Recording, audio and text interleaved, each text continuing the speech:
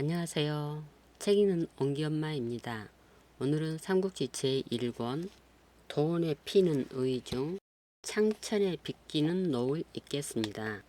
무릇 곤세란 재물과 같아서 위로 높은 묘당의 것이건 아래로 낮은 민초들 사이의 것이건 가지면 가질수록 더 많이 가지고 싶어지는 법이다. 이미 말했듯 태평도 무리 역시 지금은 백성들 사이의 사사로운 믿음으로 행세하고 있지만 이대로 세력이 불어나면 머지않아 생각이 달라질 것이다. 처음에는 따르는 무리만으로 만족할지 모르나 차츰 힘이 생기면 관부를 얕보게 되고 마침내는 천하를 넘보게 될 것이 뻔하다. 실로 이 스승이 근심하는 바다. 노식은 유비의 물음에 대답하는 대신 다시 태평도에 관한 얘기를 시작했다. 그 태도로 보아 겉으로는 세상 일에 무심한 채 학문에만 전념하고 있었던 것 같은 그 몇 년 동안에도 실은 백성들 사이에서 일어나고 있는 일에 세심한 주의를 기울이고 있었음에 틀림없었다. 유비는 여전히 입을 다문 채 스승의 다음 말을 기다리고 있었다. 하기야 전에도 이런 무리가 없었던 것은 아니다. 그러나 이번은 경우가 다르니 그것은 무엇보다도 저들의 가르침이 그럴듯하고 백성을 홀리는 수법이 잠옷 절묘하기 때문이다.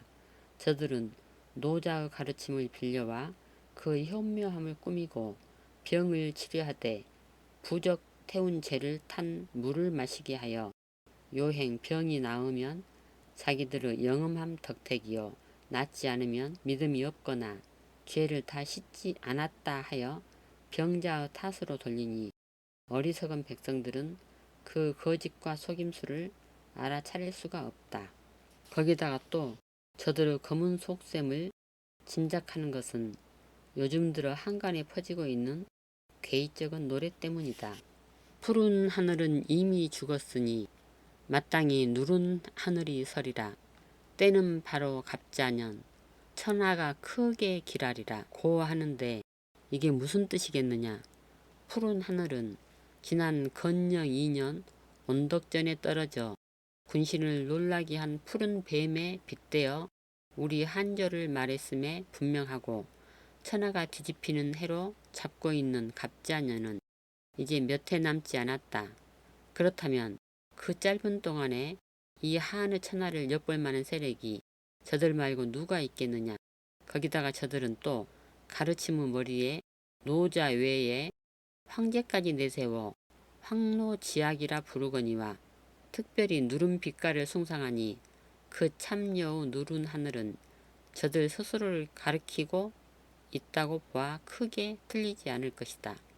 그렇다면 저희가 해야 할 바는 무엇이옵니까? 그제서야 공손찬도 어두운 표정이 되어 다시 그렇게 물었다.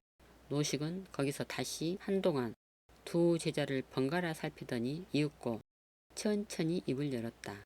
지금 이 스승의 마음을 무겁게 하는 것은 머지않은 난세의 예감이다. 사람들은 오래전부터 난세를 말해왔으나 내가 보기에 지금까지는 그저 여러 조짐일 뿐이다.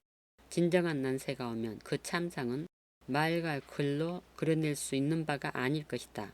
뜻을 강호해 둔 지 오래이면서도 내가 이렇게 서둘러 혼탁한 조정으로 돌아가려는 것은 작은 힘이나마 보태 그 참혹한 난세를 막아보고자 합니다.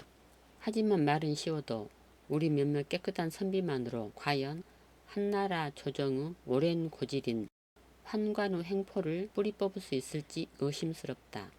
잘해야 또 다른 당고의 화나 면할까 말까 한데 무슨 힘이 남아 이름 없는 백성들 사이에서 이루어지고 있는 세력의 모임과 흩어짐까지 관여할 수 있겠느냐.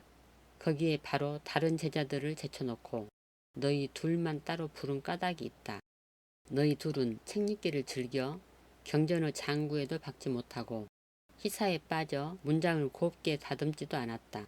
배우는 자로서는 마땅히 그 게으름에 벌을 받아야 하나 내가 크게 너희를 꾸짖지 않은 것은 그래도 너희가 배움의 큰 가지와 줄기는 항상 잡고 있기 때문이며 시절 또한 장부가 장구에 매달리고 희사나 엎절이며 보낼 수는 없게 되었기 때문이다.